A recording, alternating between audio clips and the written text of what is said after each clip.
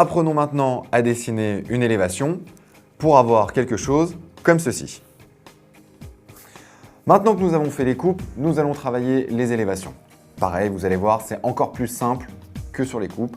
C'est des projections qui sont verticales. Si vous avez compris le principe d'une coupe, normalement l'élévation se fait toute seule. L'avantage des coupes, c'est qu'étant donné qu'on est sur une vue de façade, qu'on est sur une vue extérieure, comme vous avez pu le voir sur les différents exemples du cours, tous les traits sont de la même épaisseur. Il n'y a aucune hiérarchie, tous les traits sont donc de la même épaisseur. On garde la même méthodologie de travail, c'est-à-dire que dans un premier temps, on dessine le sol, toujours en éléments très épais. En fait, pour les élévations, vous allez voir, il n'y a que le sol qui est coupé. Puisqu'effectivement, le reste est simplement une vue de façade. Donc, il y a le sol. J'ai juste ensuite à faire des projections par rapport à ma ligne de coupe-élévation que j'ai située ici. Donc, j'ai fait un trait, un point, un trait, un point, un trait, encore un trait, un point, un trait. Les deux flèches qui correspondent à la direction de mon regard, c'est-à-dire que je regarde dans ce sens-là. Par conséquent, je vais voir toute ma façade. Là, j'ai A, A', A, A'. Je dessine les sols, je pose mes lettres et ensuite, c'est parti, j'ai simplement à projeter. Donc, je commence par l'extérieur.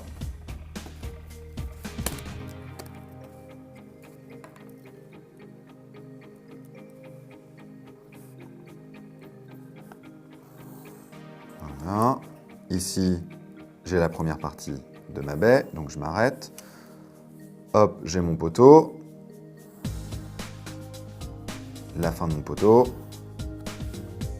Je commence d'abord par les éléments de structure.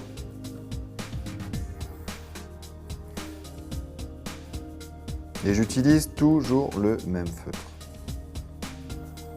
Ici, j'utilise un 0,3 mm d'épaisseur. Je dessine la hauteur de ma façade.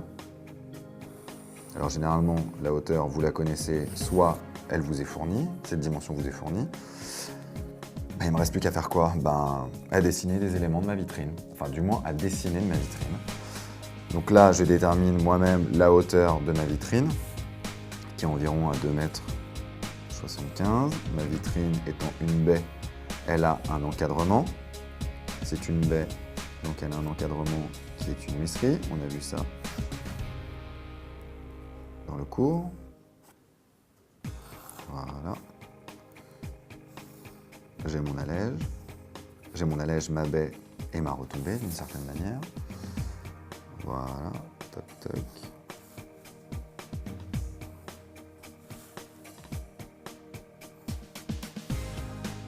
Vous voyez, c'est assez simple. Je dis que c'est du vitrage. Je fais deux petits traits. Et maintenant, je vais dessiner ma porte. Ma porte, pareil. Là, pour avoir quelque chose d'assez cohérent sur ma façade, j'aligne l'huisserie de ma porte avec l'huisserie de mes fenêtres, ce qui me fait quelque chose d'assez haut et d'assez conséquent. Là, on n'est plus du tout sur une dimension standard de porte, mais bon, c'est pas grave. Avec mes deux vantaux, mes poignées qui sont ici. Voilà, toc, toc, toc, toc. Je dessine une partie vitrée en partie supérieure de ma porte.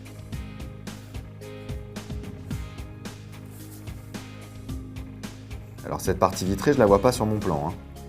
C'est moi qui décide. En disant, j'ai une partie vitrée. Tac, tac. Et puis si mes portes sont vitrées, voilà. J'ai dessiné l'élévation, j'ai dessiné la façade de ma boutique d'une manière assez simple. J'ai tout simplement projeté toutes les lignes, toutes les arêtes de mon dessin. Parce que je me suis basé sur cette ligne-là. J'ai donc dessiné tous ces éléments-là. Voilà, et voilà, c'est comme ça qu'on crée une élévation.